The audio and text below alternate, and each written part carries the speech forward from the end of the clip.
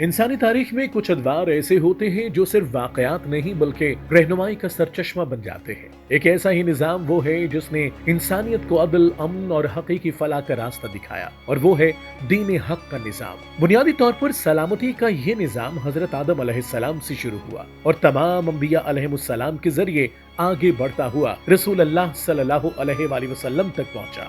ہر نبی نے دین حق کو صرف عبادات تک محدود نہیں رکھا بلکہ ایک مکمل نظام زندگی کے طور پر قائم کیا۔ رسول اللہ صلی اللہ علیہ وآلہ وسلم نے اللہ تعالیٰ کے احکامات کے مطابق ریاست مدینہ کی بنیاد رکھی، جہاں حکومتی، قانونی اور مالی اختیارات کو سلامتی، عدل و انصاف، انسانیت کی بھلائی، آزادی، تربیت، امن و امان اور معاشی خوشحالی کے لیے استعمال کیا۔ یہ دراصل دین حق کے نظام کی ایک عملی اور مثالی شکل تھی۔ اس کے بعد خلفائے راشدین کا دور آیا جس میں ایسے نظام کو مزید مضبوطی کے ساتھ نافذ کیا گیا۔ یہ وہ دور تھا جب حکمرانی ذاتی مفاد کے بجائے امت کی فلاح کے لیے تھی اور فیصلے مشاورت اور اتفاق کی رائے سے کیے جاتے تھے۔ پھر یہی سلسلہ آگے بڑھتا ہوا خلافت عثمانیہ تک پہنچا، جہاں دین حق کا یہ نظام دنیا کے مختلف حصوں میں قائم رہا اور ایک مضبوط تاریخ رقم کرتا رہا۔ نبی اکرم صلی اللہ علیہ وآلہ وسلم نے بھی اس تسلسل کی طرف اشارہ فرمایا کہ مختلف ادوار میں قیادت مختلف اقوام کے پاس آئے گی،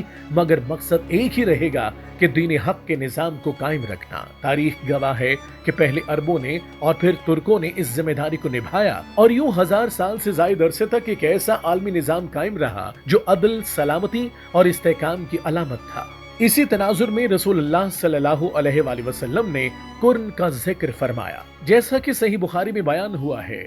قرن سے مراد وہ نسل ہے جو ایک ہی دور میں پروان چڑھتی ہے اور ایک مشترکہ فکر اور مقصد کے تحت جڑی ہوتی ہے۔ رسول اللہ صلی اللہ علیہ وآلہ وسلم کے زمانے میں صحابہ اکرام رضوان اللہ علیہم اجمعین کی جماعت ایک ایسے ہی مثالی قرن تھی جنہیں آپ نے دعوت دے کر ایک منظم اجتماعیت میں شامل کیا۔ مکہ مکرمہ میں 13 سالہ جدوجہد کے بعد یہ جماعت تیار ہوئی اور پھر مدینہ میں ایک ایسی ریاست قائم ہوئی جس نے بین الاقوامی سطح پر حکمرانی کے اعلیٰ معیار قائم کیے۔ خلفائے راشدین کے دور تک یہ تسلسل برقرار رہا، جہاں تقریباً 40 سے 50 سال تک ایک ایسی قیادت موجود رہی جو مکمل طور پر ایک پیج پر تھی اور فیصلے اتفاق کے رائے سے کیے جاتے تھے۔ یہی وہ دور تھا جس کے اثرات بعد کی نسلوں تک منتقل ہوئے اور دین حق کے نظام کو استحکام ملا۔ یہ تمام تاریخ اس بات کی گواہ ہے کہ جب بھی دین حق کا نظام اپنی اصل روح کے ساتھ قائم ہوا، اس نے نہ صرف مسلمانوں کو بلکہ پوری انسانیت کو امن، انصاف اور خوشحالی فراہم کی۔